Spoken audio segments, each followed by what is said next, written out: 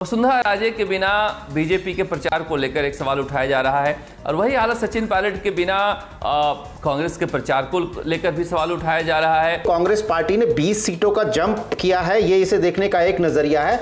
40 सीटों का gap fill किया है। गारंटी जो है कांग्रेस की चल जा रही है। कांग्रेस को एक तरह से एक रामबाण मिल गया क्या? हम जब पढ़ते थे तो अक्सर दुकानों पर लिखा होता था फैशन के इस दौर में गारंटी की इच्छा नहीं करें। बीजेपी को अब कोई बहुत बड़ा कदम उठाना पड़ेगा, यानी वो जिसको कहते हैं कि नरेंद्र मोदी के हैट में से हमेशा कोई कबूतर निकल आता है इलेक्शन से पहले। सट्टा बाजार का निर्णय बहुत ज्यादा स्पष्ट है जो हर सप्ताह खुलते हैं। चुनावों के इतना करीब जब कोई पार्टी बाउंस बैक करती है तो उसका ग्राफ तेजी से नीचे आना थोड़ा मुश्किल हो जाता है और ये बात कांग्रेस के पक्ष में जाती है। अगर सचिन पायलट के समर्थक नहीं जाते हैं साथ में तो 100 का आंकड़ा के आसपास पहुंच जाएगा, इसमें थोड़ा मुझे संदेह है। नमस्ते, मैं अविचल दुबे न्यूज तक के खास कार्यक्रम साप्ताहिक सभा में आप सभी का इस्तकबाल करता हूं। आज वक्त है राजस्थान को छानने का और इसके लिए हमारे साथ दो प्रमुख मेहमान और मेरे एडिटर मौजूद हैं। मेरे साथ नीरज गुप्ता जी मौजूद हैं, इंडिया टुडे में एडिटर हैं, और उसके साथ साथ हमारे साथ मौजूद हैं राजस्थान के bureau head senior editor Sharad Kumar ji. और आपसे शुरुआत करूंगा, लेकिन उससे पहले सबसे इंटरेस्टिंग है शरद सर और नीरज सर, ये डेटा आया है, ये डेटा बता रहा है कि किस तरीके से कांग्रेस कमबैक कर रहा है क्या? क्योंकि ये ओपिनियन पोल या सर्वे जिसे हम अलग अलग निगाहों से देखते हैं, उसमें टाइम्स नाउ भारत ने जो ओपिनियन पोल किया है ईटीजी के साथ, उसमें कांग्रेस को 91 से 105 और बीजेपी को 95 से 105 सीटें मिलने की अनुमान लगाया जा रहा है। और इसके साथ साथ एक आईएनएस और पोल स्टेट ओपिनियन पोल का भी जिक्र कर देता हूं। इसमें कांग्रेस को 97 से 105 और बीजेपी को 89 से 97 सीटें मिलने की उम्मीद बताई जा रही है या अनुमान लगाया जा रहा है। सबसे पहले शरद सर आपके पास आते हैं कि जो जुलाई में स्थिति थी वो सितंबर में बदल गई और अक्टूबर में और ज्यादा बदल जाएगी। क्या कांग्रेस कमबैक कर सकती है इस इलेक्शन में? देखिए, डाटा बहुत आते रहते हैं। हम जब पढ़ते थे तो अक्सर दुकानों पर लिखा होता था फैशन के इस दौर में गारंटी की इच्छा नहीं करें। तो जिस तरह से चुनाव में कॉमर्स घुसा हुआ है, कॉमर्स पहले से था, मगर जिस तरह से वैज्ञानिक तरीके से कॉमर्स घुसा हुआ है उसमें बहुत ज़्यादा डाटा पर आप विश्वास नहीं कर सकते, क्योंकि डाटा है इसलिए उसका एनालिसिस भी ज़रूरी है। ये कहा जा सकता है कि कांग्रेस प्रचार माध्यमों के जरिए, अपने संसाधनों के जरिए कहीं ना कहीं दिखने की कोशिश कर रही है, प्रेजेंस की कोशिश कर रही है, मगर सारे डाटाज को इतने ही ऑथेंटिक माने ये जरूरी नहीं। मगर ठीक है, चूंकि ओपिनियन पोल है, उड़ता तीतर बहता पानी पर भी खबरें आती हैं और आज तक पर भी खबरें आती हैं, तो विश्वसनीयता का एक बड़ा सवाल होता है मुझे लग रहा है। और निश्चित रूप से सरकार तो कोशिश कर रही है, सरकार कोशिश कर रही है कमबैक करने के लिए और जितने संसाधन झोंक रखे हैं। आज मुख्यमंत्री Ashok Gehlot vision document 2030 release कर रहे हैं और घोषणाओं का ऐसा पिटारा खोले हुए हैं कि कोई ऐसा दिन नहीं गुजरता जहां से घोषणा नहीं करते हैं। आज ही उन्होंने घोषणा कर दी कि जितने गिग्स वर्कर हैं उन्हें 5,000 रुपया देंगे हम उन सामान खरीदने के लिए। अब 3 दिन बाद तो आचार संहिता है, कब देंगे? तो घोषणाओं के जरिए एक माहौल तो जरूर बनाने की कोशिश की गई है और आज प्रधानमंत्री भी आए थे, वो भी माहौल बनाने की कोशिश कर रहे हैं। लेकिन इसमें से एक और दिलचस्प जो हम डाटा को भी एनालिसिस करते हैं अगर अविचल, तो इसमें तीसरी पार्टी को या निर्दलियों को कोई जगह मिलती दिखाई नहीं दे रही है। 100 के आसपास नेक टू नेक दोनों को पहुंचा दिए हैं। दोनों के मैक्सिमम सीटें अगर मिलती है तो वो 200 के पार है। वो ये मुझे समझ में नहीं आया। और एक दोनों के जो मिनिमम सीट मिलती है वो भी 100 के आसपास है। राजस्थान के पिछले 4-5 इलेक्शन का, ज़्यादा पीछे नहीं, एनालिसिस करें तो पीछे का भी कर सकते हैं। इतने कम निर्दलीय और तीसरे मोर्चे के लोग जीतेंगे ये अविश्वसनीय है, क्योंकि बहुजन समाज पार्टी का भी एक बड़ा जनाधार है, विधायक जीतते हैं। हनुमान बेनीवाल भी मेहनत कर रहे हैं पहले से ज़्यादा, अभी 3 हैं। इसके अलावा निर्दलीय 10-12 जीतते हैं। जेजेपी के भी कोशिश कर रहे हैं। जब एक बार इनेलो आया था तो 6 विधायक जीते थे और भारतीय ट्राइबल पार्टी पिछली बार 2 विधायक जीते थे और 2 पर सेकंड स्थान पर रहे थे। हालांकि वो बाप पार्टी के नाम से आ गए हैं दोबारा। तो मुझे थोड़ा सा इसके वैज्ञानिक तरीकों पर संदेह है, मगर अब तो हर सप्ताह ही ओपिनियन पोल आ रहे हैं। जितने सोशल मीडिया प्लेटफॉर्म हैं सुबह से शाम तक पोल ही कराए जा रहे हैं। इसीलिए मुझे लग रहा है कि ज़्यादा जोगी जो होते हैं वो मठ के उजाड़ होते हैं। फिर भी चूंकि डाटा है तो उस पर उसको उस नज़रिए से देखना भी ज़रूरी होता है। वसुंधरा राजे के बिना बीजेपी के प्रचार को लेकर एक सवाल उठाया जा रहा है, और वही हालत सचिन पायलट के बिना कांग्रेस के प्रचार को लेकर भी सवाल उठाया जा रहा है। सचिन पायलट टोंक के बाहर नहीं निकल रहे हैं और मुख्यमंत्री अशोक गहलोत की सभाओं में रिस्पांस नहीं आ रहा है, और प्रधानमंत्री नरेंद्र मोदी को छोड़कर बीजेपी के दूसरे लोगों के सभाओं में बहुत ज़्यादा रिस्पांस नहीं आ रहा है। तो इस अंदाज से एक मोटा मोटी कहा जा सकता है कि जो गति तोरी वो गति मोरी। नीरज सर, मैं आपसे जानना चाहूंगा कि भले ही हर हफ्ते आ रहे हैं, लेकिन कमबैक की बात, या मैंने जो शब्द इस्तेमाल किया वो इसलिए किया क्योंकि गहलोत सरकार के प्रति एक तरह से प्रो पीपल इमेज दिखाई दे रही है। जब भी नजर दौड़ाते हैं तो उसमें 2018 में वसुंधरा के खिलाफ जो कैंपेन था, नारा था, तो ऐसा लग रहा था कि जो वहां का चुनाव है वो ओवर है। 2013 में ओवर क्लैरिटी रहती थी, लेकिन यहाँ पर डाइसी सिचुएशन है। इसलिए जो है जब कांग्रेस स्टेक नहीं ले पा रही है, चाहे बीजेपी स्टेक नहीं ले पा रही है, तो उसकी वजह तो कुछ होगी ना। नहीं, बिल्कुल आपने बिल्कुल सही कहा विचल। देखिए, राजस्थान भी देश के उन राज्यों में है जहां चुनावों के तवे पर नतीजों की रोटी हर 5 साल में पलट जाती है। एक बार कांग्रेस, एक बार बीजेपी।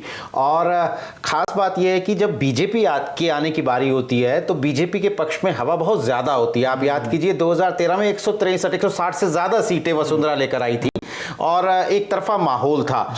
लेकिन ये इस बार वाकई बहुत अचरज की स्थिति है कि हम जिससे भी बात करते हैं, चाहे वो राजस्थान में हो या फिर वो दिल्ली में बैठकर राजस्थान की स्थितियों का आकलन कर रहे हो, कोई साफ बात नहीं कर पा रहा है। सब ये कह रहे हैं कि भैया ये तो बिल्कुल 50-50 की लड़ाई है। अब बात आते हैं जो आपने आंकड़े दिए। जुलाई में आपने कहा कि जो टाइम्स नाउ भारत का सर्वे था वो 71 से 81 सीटें दे रहा था कांग्रेस पार्टी को, और 114 से 124 सीटें दे रहा था बीजेपी को। और सितंबर में आते आते ये स्थिति ऐसी पलटी कि 91 से 101 सीटें हो गई कांग्रेस की और 95 से 105 सीटें हो गई बीजेपी की। यानी ये कांग्रेस पार्टी ने 20 सीटों का जंप किया है। ये इसे देखने का एक नजरिया है। 40 सीटों का गैप फिल किया है। ये 40 सीटों का गैप फिल किया है। जब आप इसे इस नजरिए से देखते हैं तो ये आपको कांग्रेस का एक बड़ा कमबैक नजर आता है। मुझे मुख्य तौर पर इसकी 2-3 वजहें नजर आती हैं। वो ये कि पहली ये कि जो एक पिछले कई महीनों से कांग्रेस पार्टी का सबसे कमजोर पक्ष था कि वहां सीएम गहलोत और अशोक गहलोत और वहां पर सचिन पायलट के बीच में तलवारें खिंची हुई थी, वो पिछले कुछ हफ्तों में वो जो छवि है वो दूर हुई है। वो पता नहीं वाकई में कितना विवाद दूर हुआ है, लेकिन नजर आना कम से कम हो गया है। कोई बयान नहीं आते हैं, प्रचार पार्टी का साथ साथ में हो रहा है, तो एक वो छवि वो एक विवाद कम होने से शायद वोटर के अंदर जो है वो एक कंफ्यूजन जो था वो दूर हुआ है। दूसरा एक महत्वपूर्ण पॉइंट है कि वसुंधरा राजे सिंधिया को जो बीजेपी लगातार साइडलाइन करती जा रही है। ये बात पिछले कई हफ्तों से थी, लेकिन पिछले कुछ दिनों में जो प्रधानमंत्री नरेंद्र मोदी के दौरे हुए, गृह मंत्री अमित शाह की रैलियां हुई, उनसे यह बात और ज्यादा स्पष्ट हुई कि वसुंधरा राजे को फोर फ्रंट में बीजेपी नहीं लाने वाली है और ये उनके चेहरे के बिना चुनाव लड़ा जाएगा। और हम इस बात से इनकार नहीं कर सकते कि बीजेपी की राजस्थान में वो अकेली नेता हैं जो तमाम 200 सीटों पर प्रचार कर सकती हैं। वहां पर बीजेपी के उनके बाद जो नेता हैं वो अपनी सीट के बाहर 2, 4, 10, 15 सीटों पर प्रचार कर सकते हैं। वसुंधरा राजे वहां सबसे बड़ी नेता है बीजेपी की, और उन्हें एक तरीके से इस तरीके से पीछे की तरफ धकेल देने से शायद बीजेपी की स्थिति जो है वो थोड़ी कमजोर हुई है। और इन ओपिनियन सर्वे में हमें कांग्रेस जो है वो आगे आती हुई नजर आ रही है। और तीसरी बात जो एक और महत्वपूर्ण बात है जो आपने भी कही कि pro people image Ashok Gehlot की, यानी उनकी जो कल्याणकारी योजनाएं हैं, जो वेलफेयर स्कीम्स हैं, उनका लगातार प्रचार बहुत जबरदस्त तरीके से अशोक गहलोत सरकार की तरफ से हो रहा है। और उनकी एक जो छवि है, देखिए उनका असर क्या है ये नापने के लिए तो मुझे लगता है कि बहुत ज़्यादा हमें ज़मीन पर जाना पड़ेगा, लेकिन कम से कम जो छवि है वो एक इस तरह की बन रही है कि पूरे भारत में शायद इससे ज़्यादा कल्याणकारी योजनाएं किसी और राज्य में है ही नहीं। शायद तेलंगाना में भी काफ़ी केसीआर की तारीफ की जाती है, लेकिन तमाम तबकों को, महिलाओं को, स्वास्थ्य के क्षेत्र में युवाओं को मुफ्त सिलेंडर हो, तमाम तरह की योजनाएं अशोक गहलोत ने जो अपनी शुरू की हैं, और उनका लगातार वो इस धड़ल्ले से प्रचार कर रहे हैं कि भैया हम तो ये गारंटी सिर्फ घोषणा नहीं करते हैं बल्कि देते भी हैं, तो उसका भी एक असर है। ये तमाम चीजें मिलकर जो हैं वो कांग्रेस पार्टी को मुझे लगता है पिछले 2 महीनों में थोड़ा आगे लेकर आई है रेस में। और जो मेरा अनुभव कहता है अविचल, जब चुनावों के इतना पास किसी पार्टी का मोमेंटम बनता है तो फिर वो नीचे जाना थोड़ा मुश्किल हो जाता है। तो ये जो शरद बात कह रहे हैं, शायद मेरी बात उससे थोड़ी अलग है, लेकिन मुझे ऐसा लगता है कि पिछले 2 महीनों में कांग्रेस पार्टी ने अगर ये मोमेंटम इतनी तेजी से गेन किया है तो बीजेपी को अब कोई बहुत बड़ा कदम उठाना पड़ेगा। यानी वो जिसको कहते हैं कि नरेंद्र मोदी के हैट में से हमेशा कोई कबूतर निकल आता है इलेक्शन से पहले, तो वो कोई जादुई कबूतर निकलना पड़ेगा, तभी शायद ये जो कांटे की टक्कर नजर आ रही है हमें, इसमें बीजेपी जो है वो आगे नजर आएगी। शरद सर, इसमें आपको जोड़ूंगा। दरअसल ये गारंटी स्कीम एक कांग्रेस को नई औषधि लगती है, जिसमें वो कर्नाटक से लेकर और हिमाचल के चुनाव जीत जाते हैं। गारंटी जो है कांग्रेस की चल जा रही है, कांग्रेस को एक तरह से एक रामबाण मिल गया क्या? प्रधानमंत्री नरेंद्र मोदी मुकाबला करने की कोशिश कर रहे हैं, मगर मुख्यमंत्री अशोक गहलोत को भरोसा है कि उनकी गारंटी जो है वो जनता के सिर चढ़कर बोलेगी। बस यही बात है कि जुलाई में एक बड़ा मोमेंटम था जब अकाल राहत के कैंप चल रहे थे। उसके बाद से पिछले 3 महीने से लगातार मुख्यमंत्री अशोक गहलोत बीमार हैं। बीमारी में और बिना प्रचार के अगर ये जुलाई से उल्टा आंकड़ा अभी आ रहा है तो ये आंकड़ा अविश्वसनीय इसलिए है कि जुलाई में कांग्रेस अपने बेस्ट पीक पर थी। मगर हाँ, ये ठीक है कि मुख्यमंत्री अशोक गहलोत जो है अपने गारंटी स्कीम को लेकर आए हैं और उस गारंटी स्कीम को लेकर ही वो चुनाव में जा रहे हैं। फिलहाल 2030 का एक विजन डॉक्यूमेंट भी पेश कर रहे हैं। थोड़ा सा इंतजार यहाँ पर लोगों का है कि गांधी परिवार कितना सक्रिय होता है, कांग्रेस कितना सक्रिय होता है, क्योंकि प्रचार के एजेंसी को लेकर ही बहुत ज़्यादा यहाँ पर झगड़ा है। और इसीलिए मुझे लग रहा है कि इस बात को समझते भी हैं प्रधानमंत्री नरेंद्र मोदी। इसीलिए आज जो 600 रुपया में सिलेंडर की घोषणा हुई है, तो अब अशोक गहलोत जो हैं वो 100 रुपये दे रहे हैं सब्सिडी, और प्रधानमंत्री नरेंद्र मोदी करीब करीब 400 रुपये सब्सिडी दे रहे हैं उज्ज्वला में। तो ये 100 रुपये सब्सिडी और 400 रुपये की जो झगड़ा है, मुझे लग रहा है कि इसी गारंटी की वजह से। अब उन्होंने कहा कि मैं 500 रुपये में सिलेंडर देता हूं और मोदी कह रहे हैं मैं 600 रुपये में सिलेंडर देता हूं, तो उसमें 100 रुपये अशोक गहलोत लगा दे रहे हैं और 400 रुपये वो लगा रहे हैं प्रधानमंत्री नरेंद्र मोदी, या 300 रुपये लगा रहे हैं, तब जाके वो 500 में आ रहा है। उसी तरह से जो बाकी ओबीसी के लिए योजनाएं हैं वो लेके आ रहे हैं। लेकिन मुख्यमंत्री अशोक गहलोत को लगता है कि हमारी योजनाएं जो हैं वो जमीन पर काम करेगी और हम चुनाव जीतकर आएंगे। बस इतना ही फर्क है कि लोग कह रहे हैं कि गहलोत तुमसे बैर नहीं, विधायकों की खैर नहीं। तो जो एंटी इनकम्बेंसी है या भ्रष्टाचार का मसला है वो भारी पड़ सकता है। डाटाज आते रहते हैं, उसमें कोई फिर बदलते रहते हैं, आचार संहिता लगने के बाद नए डाटा आ सकते हैं। लेकिन जिस तरह से अब नीरज जी कह रहे थे कि 2018 में स्पष्ट दिख रहा था कि कांग्रेस आ रही है, लेकिन पूर्ण बहुमत में नहीं आई, 99 पर रुक गई, पूर्ण बहुमत का आंकड़ा भी पार नहीं कर पाए।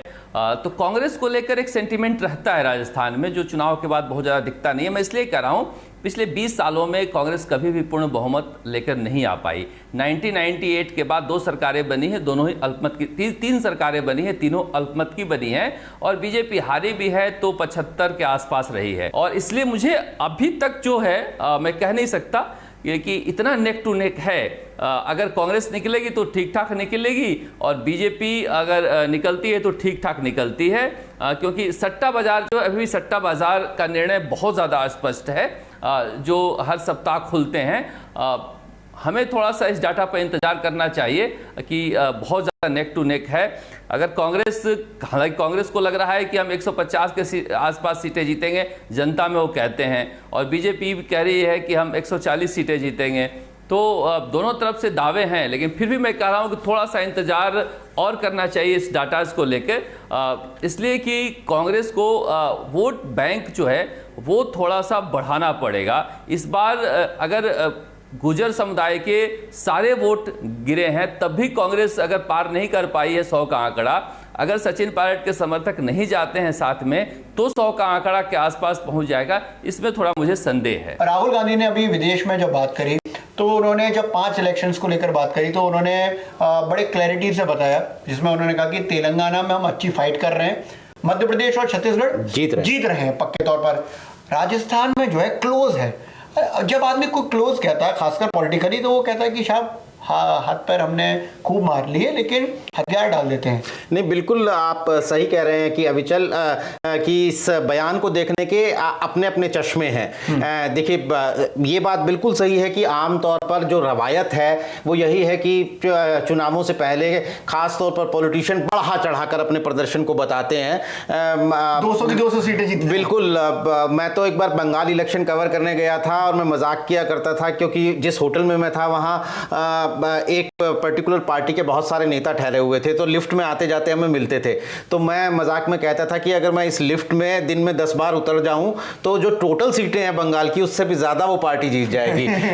वो इतना ज्यादा हमें कहा करते थे। लेकिन इस बयान को देखने का एक नजरिया जो है वो ये है, जो राहुल गांधी को बहुत करीब से, राहुल गांधी की पॉलिटिक्स को देख रहे हैं जो राजनीति के जानकार, उनका ये कहना है कि शायद राहुल गांधी ने बहुत ईमानदारी से ये बयान दे दिया और राजनीति में ये ईमानदारी चलती नहीं है। राजस्थान के कार्यकर्ता जाहिर तौर पर इस बयान को लेकर थोड़े से, मुझे लगता है कि उनमें निराशा होगी कि हमें जब ये नेक टू नेक फाइट है, देखिए ना कि 101 सीटें दिखा रहा है अपर साइड पे टाइम्स नाउ नव भारत का सर्वे, 101 सीटें तो पिछली बार भी नहीं आई थी जब उनकी जीतने की बारी थी जी। इस बार तो बारी जो है वो बीजेपी के जीतने की है परंपरा के मुताबिक। तो ऐसी सूरत में राहुल गांधी के उस बयान के चलते थोड़ा सा बैकफुट पर कार्यकर्ता आया था और बीजेपी को यह मौका मिला था ये कहने का कि भाई देखिए राहुल गांधी ये कह रहे हैं। लेकिन वो बयान के बाद जो बात हम कर रहे हैं अविचल, मुझे लगता है कि अशोक गहलोत ने एक बाउंस बैक जरूर किया है वहां पे, और आने वाले कुछ दिन जो है मुझे लगता है बहुत जल्दी चुनावों की घोषणा हो जाएगी। और उसके बाद राजस्थान में अभी तक लिस्ट नहीं आई है कोई भी, जिस मध्य प्रदेश की तरह या छत्तीसगढ़ की तरह, तो उसके बाद उम्मीदवारों की घोषणा होगी। बहुत ज्यादा इंपॉर्टेंट होगा यह देखना कि बीजेपी की लिस्ट में वसुंधरा राजे खेमे के कितने उम्मीदवार आते हैं या वसुंधरा राजे की मर्जी के खिलाफ कितने उम्मीदवार आते हैं, यानी इन फाइटिंग की सिचुएशन क्या बनती है। कांग्रेस पार्टी के अंदर अशोक गहलोत या सचिन पायलट के खेमे के कौन कौन से उम्मीदवार आते हैं, ये चीजें जो और हैं ये इन ओपिनियन पोल्स की और ज्यादा क्लियर तस्वीर पेश करेंगी और हमें ज्यादा क्लैरिटी आएगी। लेकिन जैसा मैंने कहा, मेरा यह अनुभव कहता है कि चुनावों के इतना करीब जब कोई पार्टी बाउंस बैक करती है तो उसका ग्राफ तेजी से नीचे आना थोड़ा मुश्किल हो जाता है, और यह बात कांग्रेस के पक्ष में जाती है। बीजेपी की तरफ से केंद्र का जो नेतृत्व है वही इस चुनाव को लड़ेगा, लेकिन इसका नुकसान उनको हो रहा है, चाहे वो कर्नाटक में चाहे हिमाचल में। हमने देखा नहीं, बिल्कुल हमने देखा कि कर्नाटक में इसका साफ तौर पर नुकसान झेलना पड़ा बीजेपी को, और कांग्रेस ने जिस तरह से वहां पर एक जिसे कहते हैं कि बहुत ही फ्रंट फुट पर जाकर एक जीत हासिल की। लेकिन मुझे लगता है कि मध्य प्रदेश वाला फॉर्मूला, ये पूरी चर्चा इस बात की है कि राजस्थान में भी बीजेपी अपनाएगी। ये मुझे लगता है कि मध्य प्रदेश से ज्यादा जिस तरीके से यहां पर वसुंधरा राजे को साइडलाइन किया गया है, और अगर वो फॉर्मूला लेकर आती है कि केंद्रीय मंत्री यहां पर आकर चुनाव लड़ रहे हैं और पूरी जो लिस्ट है वो दिल्ली से बनकर जाएगी जयपुर में, तो इसका नुकसान बीजेपी को झेलना पड़ेगा। लेकिन अविचल साथ में जो रिपोर्ट्स आ रही हैं, मैं ये भी बता दूं कि ये सिर्फ बीजेपी की खामी नहीं है, कांग्रेस पार्टी में भी ये कहा जा रहा है कि इस बार सिर्फ शायद अशोक गहलोत की या सचिन पायलट की सिफारिशों वाली लिस्ट नहीं चलेंगी। कांग्रेस पार्टी में भी इस बार 24 अकबर रोड से, यानी दिल्ली के कांग्रेस मुख्यालय से एक एक सीट का आकलन होगा। कांग्रेस पार्टी भी ये चाहती है, कहना उनका ये है कि जब हम फाइट में हैं, जब वहां पर 50-50 की फाइट चल रही है, तो हमारे लिए भी जो सबसे बड़ा पैमाना है टिकट देने का वो जीत है। जो बीजेपी के बारे में कहा जाता था कि विनेबिलिटी फैक्टर होना चाहिए भैया, उसके अलावा जो हो चलेगा। तो कांग्रेस में भी इस बार यह है कि जब हम 50-50 की फाइट पर हैं फिलहाल, तो विनेबिलिटी फैक्टर जो है वो सबसे बड़ा है। वहां पर मुख्यमंत्री अशोक गहलोत की सिफारिश वाला या उनके खेमे वाला कोई कैंडिडेट जिसका विनेबिलिटी फैक्टर कम हो, अगर वो जयपुर से उसका नाम आता है तो दिल्ली से वो नाम कट सकता है। तो कांग्रेस पार्टी में भी आला कमान की मर्जी ज्यादा चलने की उम्मीद जताई जा रही है। मैं फिर से ये कहूंगा कि हमें इंतजार करना होगा कि कम से कम पहली लिस्ट दोनों पार्टियों की आए, उससे हमें यह अंदाजा मिलेगा कि आखिर किस हद तक दिल्ली की मर्जी चलेगी, किस हद तक जयपुर की मर्जी चलेगी, और फिर खेमेबाजियां जो हैं वो इन लिस्टों में किस तरह से उभर कर आती हैं या फिर आला कमान उन पर काबू पाता है। ये बातें काफी महत्वपूर्ण होंगी इस तरह की कांटे की लड़ाई में। एक आखिरी बात और, क्योंकि आपने शुरुआत में भी सचिन पायलट का जिक्र किया। आपने शुरुआत में कहा कि साहब कि अशोक गहलोत और सचिन पायलट के बीच में जो एक तरह की अदावत चल रही थी, और वो अदावत एक बार नहीं, 2 बार नहीं, 10 बार चली और 10 बार सुलझाई गई। अब वो CWC में आ गए हैं सचिन पायलट, लेकिन आपने इसका जिक्र किया कि जो फैक्टर है वो विनेबिलिटी है, और उसमें क्राउड पुलर है सचिन पायलट। इसमें कोई भी निसंदेह बात जो है वो ये है। तो ऐसे में अशोक गहलोत उनको बिल्कुल ऐसा तो कर नहीं सकते कि आप सचिन पायलट एंट्री नहीं मारेंगे जी, लेकिन एंट्री मारेंगे क्या सिर्फ इस रोल में मारेंगे कि साहब कि हाँ केंद्र से एक नेता आ रहा है, वो यहाँ पर अपना प्रचार करेगा और फिर चला जाएगा, या फिर उनके चांसेस भी बन जाएंगे?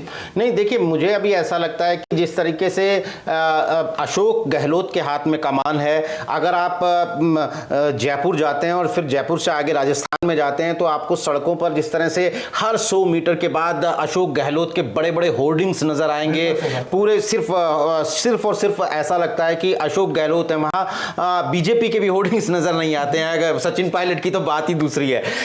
ये फॉर्मूला मुझे रायपुर में, छत्तीसगढ़ में भी नजर आया था, वहां भी भूपेश बघेल के होर्डिंग्स के सामने कुछ नजर ही नहीं आता है। लेकिन छत्तीसगढ़ जैसी स्थिति राजस्थान में नहीं है, वहां पर अशोक गहलोत जब प्रचार इतना जबरदस्त कर रहे हैं, आप सुबह अविचल हम लोग अखबार उठाते हैं, चाहे वो अंग्रेजी का हो चाहे वो हिंदी का हो, आप हर दिन देखिए अशोक गहलोत की तस्वीर के साथ हमें बड़े बड़े अखबारों के फ्रंट पेज नजर आते हैं। तो प्रचार जो है वो इस वक्त, प्रचार का चेहरा जिस तरह से अशोक गहलोत बने हुए हैं, मुझे लगता है कि फिलहाल आला कमान को भी ये लगता है कि अशोक गहलोत की चाहे वो वेलफेयर स्कीम्स की वजह से हो, चाहे वो उनकी प्रो पब्लिक इमेज की वजह से हो, फिलहाल जो है वो उन्हीं को आगे रखकर प्रचार आला कमान कर रहा है। और जो बात आपने पूछी कि सचिन पायलट एक दावेदार के तौर पर आकर अचानक इस आखिरी मोमेंट पर अपना प्रचार शुरू करेंगे, तो मुझे नहीं लगता। मुझे लगता है कि अभी ये जो विवाद दोनों के बीच में कम करने में कामयाब हुआ है आला कमान, वो आगे चलेगा और अशोक गहलोत की अगुवाई में ही ये प्रचार जो है वो किया जाएगा। जी, तो साप्ताहिक सभा में हमारी कोशिश ये रही कि हम राजस्थान के जरिए ये समझें कि साहब की कांग्रेस की हालत क्या है, क्योंकि कांग्रेस जब जीती थी 2018 में तो कहा गया था ये सत्ता का सेमीफाइनल होता है, और 3 राज्यों में जीत गई। कहाँ? मध्य प्रदेश, छत्तीसगढ़ और राजस्थान। और साहब की बहुत अच्छा 2019 में करेगी, लेकिन ऐसा हुआ नहीं, क्योंकि कहा जाता है कि भारत में 2 टिकट इलेक्शन होता है, यानी कि विधानसभा का अलग और लोकसभा का अलग। लेकिन फिर भी ये इस वक्त राजस्थान का इलेक्शन या छत्तीसगढ़ का इलेक्शन, लेकिन मैं यहाँ एक छोटा सा राइडर लगा दूं अगर हमारे पास टाइम का कोई तकाजा ना हो। देखिए इस बार 2018 के चुनावों के मुकाबले एक फर्क है। हम ये बार बार बात कहते हैं कि 2018 में कांग्रेस पार्टी ने 3 राज्य जीते विधानसभा में, लेकिन 2019 में उसका सफाया हो गया। लेकिन 2018 के जनवरी से कोई भारत जोड़ो यात्रा शुरू नहीं हुई थी जिसने कांग्रेस की छवि बदली हो, जिसने राहुल गांधी की लोकप्रियता बढ़ाई हो। 2018 में कर्नाटक के चुनाव में कांग्रेस पार्टी नहीं जीती थी, जो एक परसेप्शन को कि कांग्रेस फाइट दे रही है, कांग्रेस की लोकप्रियता बढ़ रही है, कांग्रेस बीजेपी को हरा सकती है, ये एक नैरेटिव देने में उसने कोई बुनियाद तैयार की हो। मेरा कहने का मतलब ये है कि इस बार छत्तीसगढ़, मध्य प्रदेश, राजस्थान, तेलंगाना के चुनावों से पहले कांग्रेस की एक बुनियाद तैयार हुई है जो 2018 में नहीं थी। इसलिए इन विधानसभा चुनावों में अगर कांग्रेस पार्टी जीतती है या अच्छा प्रदर्शन करती है तो वो 2018 की बनिस्पत 2024 में 2019 की बनिस्पत 2024 में उनके लिए ज्यादा इंसेंटिव लेकर आएगा। इसमें और जोड़ देता हूं मैं जी। 2018 में या 2019 से पहले यूपी का अस्तित्व खत्म करके कोई इंडिया भी नहीं बना था। इंडिया बिल्कुल। अलायंस, क्योंकि जिस तरीके से जिसमें राइट विंग भी है, जिसमें लेफ्ट भी है, जिसमें कांग्रेस पार्टी भी है, मध्य मार्गी पार्टी भी है, ये वाकई जो है अभूतपूर्व है। हालांकि ये राजस्थान के इलेक्शन में बहुत फर्क नहीं डाल रहा है, लेकिन एक परसेप्शन जिसको हम बार बार कह रहे हैं कि नैरेटिव होता है, जब चुनाव होते हैं तो लोग एक इमेज की तरफ चले जाते हैं। वो इमेज जब 2013 में भागी और 19 और अब तक भाग रही है प्रधानमंत्री नरेंद्र मोदी की इमेज, लेकिन उसके खिलाफ जो कह रहे हैं कि जो 20 साल में राहुल गांधी ने नहीं किया वो 1 साल में उन्होंने कर दिया अपनी राजनीति को बदलने के लिए। तो ये देखना होगा और ये दिलचस्प भी होगा, क्योंकि अभी तक बहुत क्लैरिटी है नहीं है, डाइसी सिचुएशन है, और डाइसी सिचुएशन में चुनाव देखने में और चुनाव का आकलन करने में, चुनाव के परिणाम में, सब में बहुत मजा आता है। तो ये मजे लेते रहिए और जुड़ते रहिए। साप्ताहिक सभा में आज आप जुड़े, आपका खूब खूब शुक्रिया। आगे जुड़ेंगे ऐसा पूरा विश्वास।